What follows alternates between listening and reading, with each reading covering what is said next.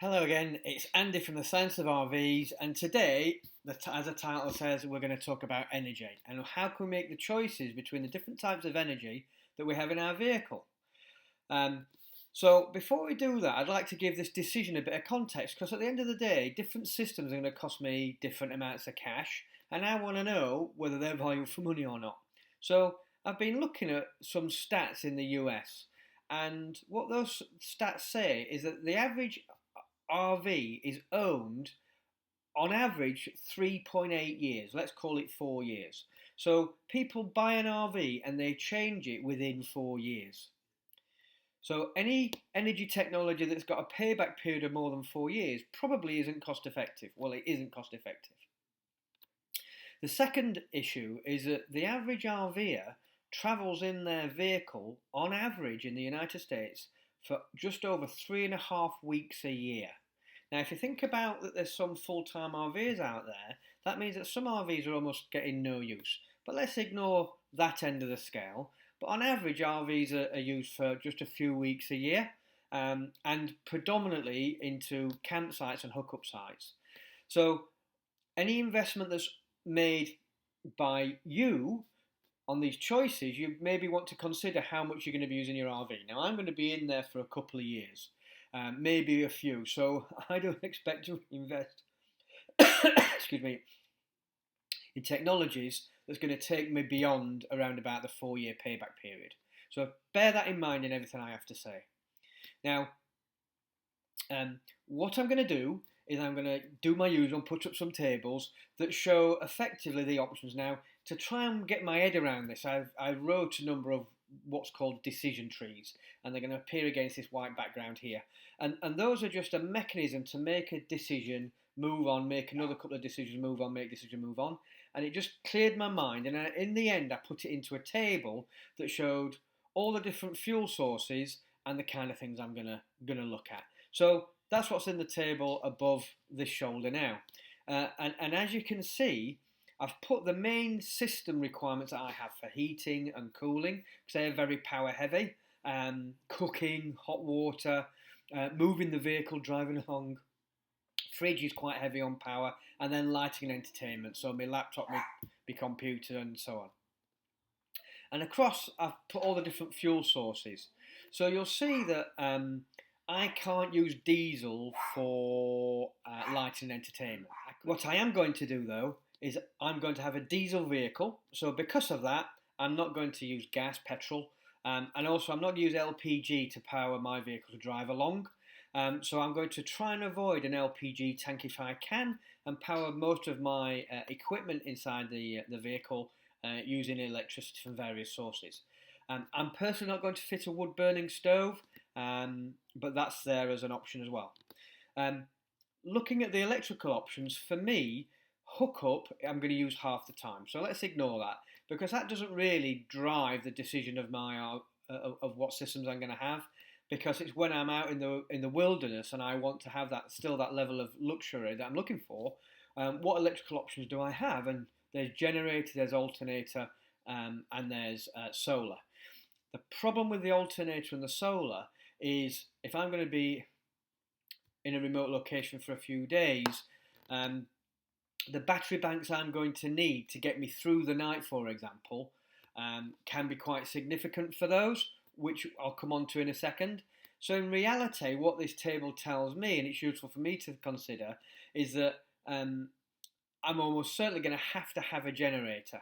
And if I've got a generator, I will want some form of batteries with it, because I don't necessarily want the generator on all night. So I want something that's going to keep my fridge going, for example, through the night, and maybe a little bit of aircon or heating. Certainly some hot water ready for the morning. I may not want the generator to have to be switched on at 6 a.m. if it's nice and sunny when I get up and get on. So I'm going to need some kind of battery. So this table's led me to two decisions. One is I'm definitely going to need a generator, and I'm definitely going to need some capacity of batteries. The real question is, the real question is solar. The alternator comes for free with the vehicle, so of course it would be madness not to exploit that power source and use it while I'm driving along to charge up my batteries if I can. So it's going to be generator and alternator system. Do I think the alternator can replace a generator? No.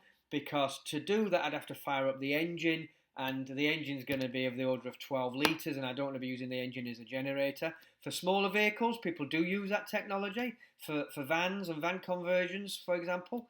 But for the size of vehicle I'm going to be in, no, it's not really practical. So my only question really is solar. So let's go into this whole energy question in a little bit more detail.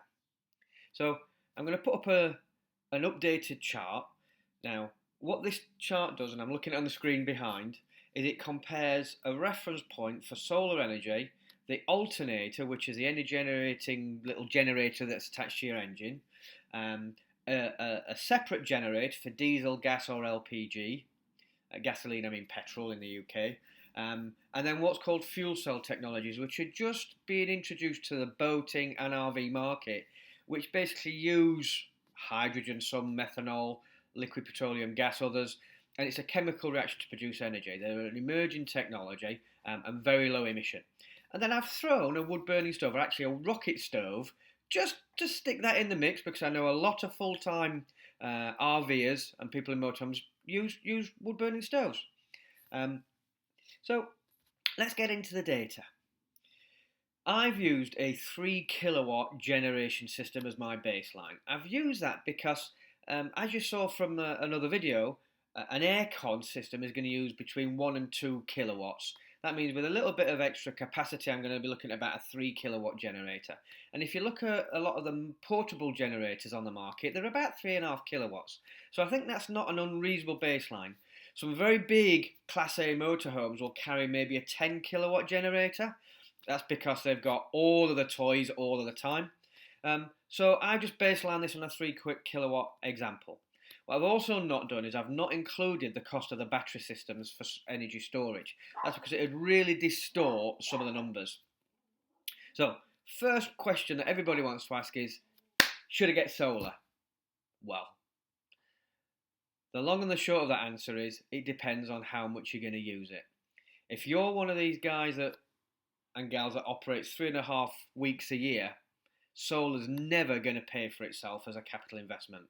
It might come free with your rig, in which case it's fantastic, but the size of system that you need to live to the same standard that the other equipment can give you, it just doesn't justify itself. So you can see here on the chart that for a 3 kilowatt production, I'm going to need on average about a 6 kilowatt system.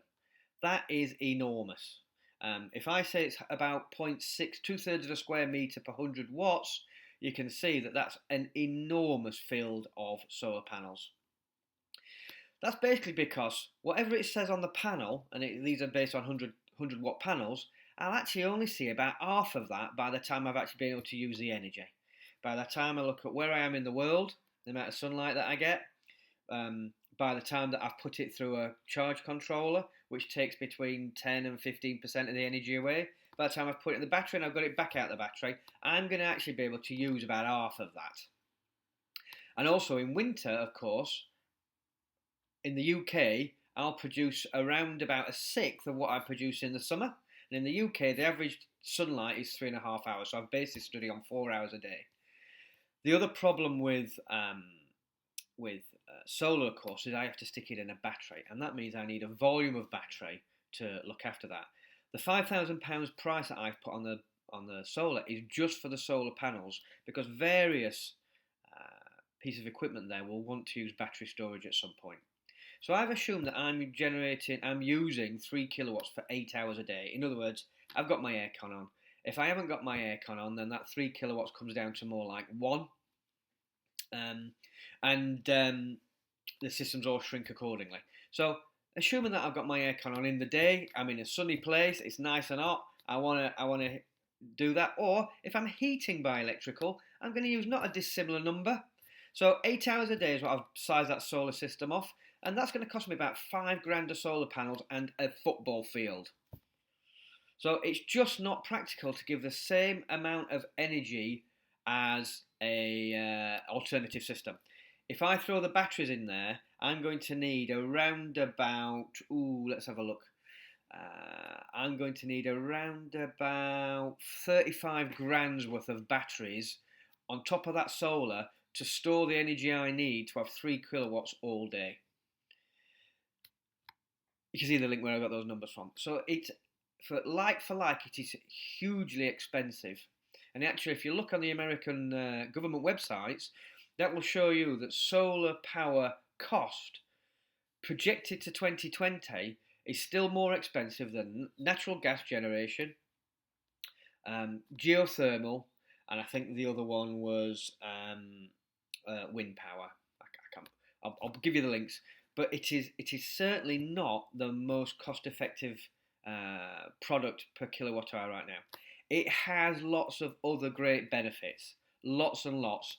So for the full-time RVer, it's a great way to supplement energy needs if you change your energy behaviour. And a lot of them will talk to you about, I can use it great at a reasonable sized system without aircon. The moment I put aircon, I'm going to have to use my generator every once in a while to keep it topped up. And I'll give you a link to a great video that shows how a bus system has been developed that balances the size of the battery and the size of the generator to allow a degree of aircon use to a degree, not the degree that I'm talking about here.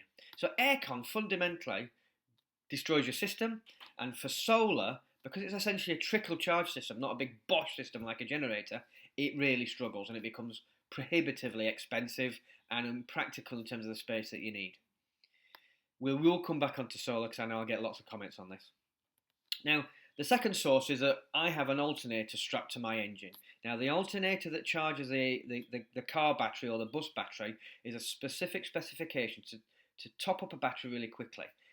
They've been used for years and years and years to top up leisure batteries in caravans and RVs and motorhomes, and they do it silently and effectively.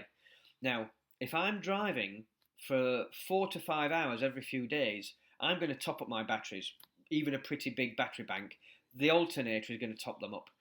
I have two alternatives. I can use that alternator for my that's used for my vehicle battery, for my leisure batteries, or I can go and put on a separate alternator that's much more highly rated and switch the engine on every once in a while to charge up my batteries, and then I don't need a separate generator. Now, that technology is coming into some smaller sized motorhomes, and that technology has been used for years and years and years on boats. They generally switch on their boat engine.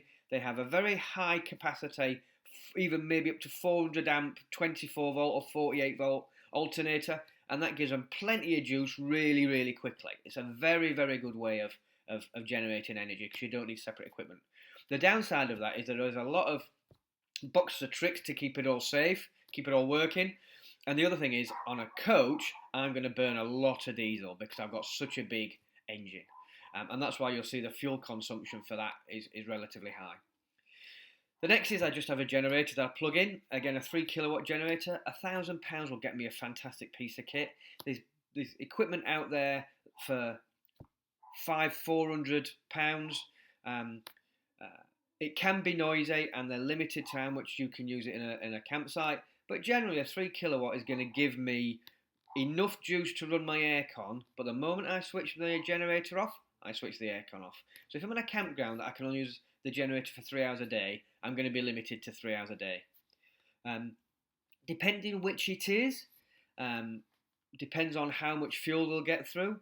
I've used fuel consumption rates based on a diesel generator, 3/4 of capacity, 3/4 of beans that it's got to give me. I think it might go up, it might go down. These are all very rough cut numbers.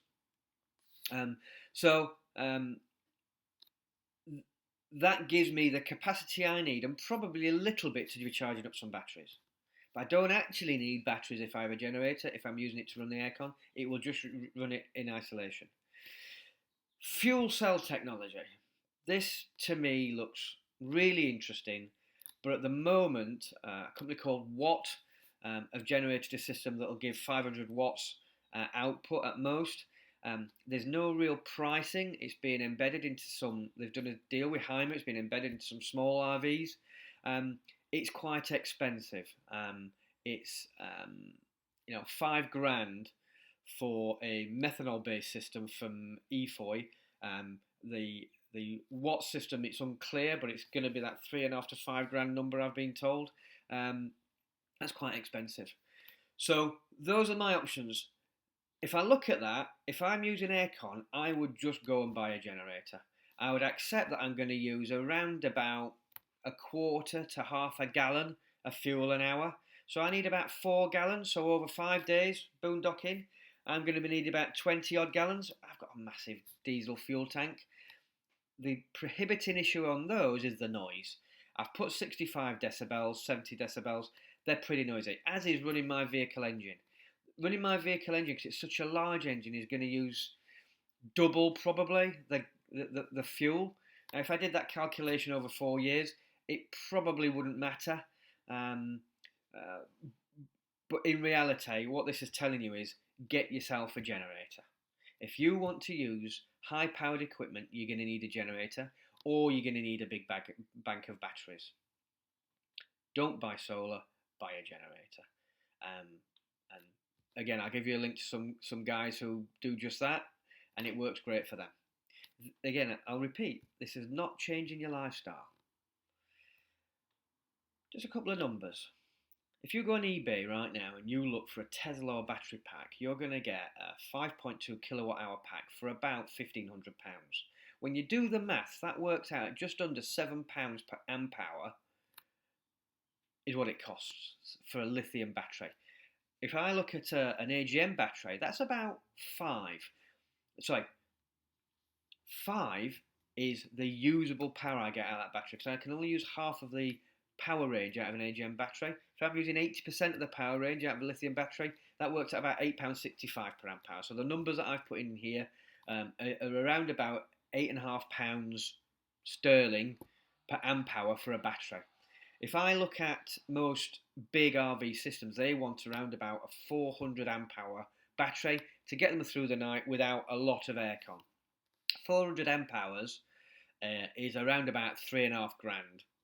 So batteries can be really expensive. The equivalent batteries for AGM are going to be, let me look, about £5 rather than 8.5. So you're going to save about a third on the, because you need more batteries of them because you can only use less of the percent of the battery. So they're going to be quite expensive.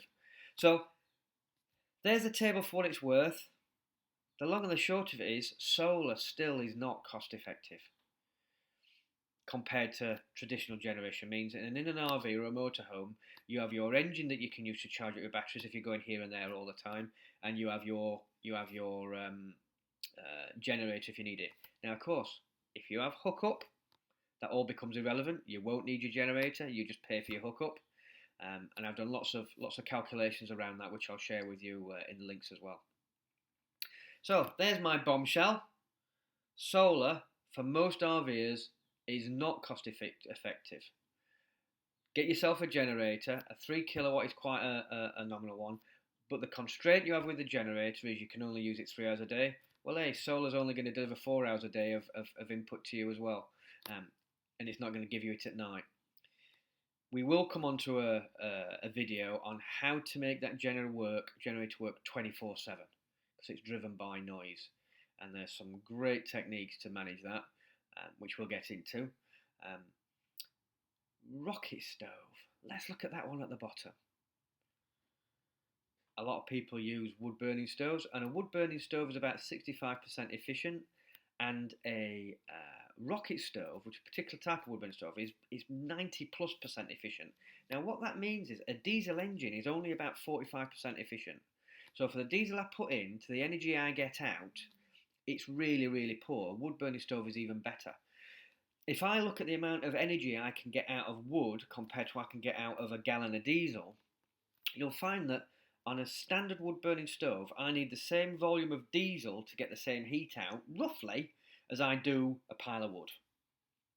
So if I'm going to use, in volume terms, 2 gallons of diesel a day to heat my property, I'm going to use 2 gallons volume of wood, about the same, unless I use a rocket stove.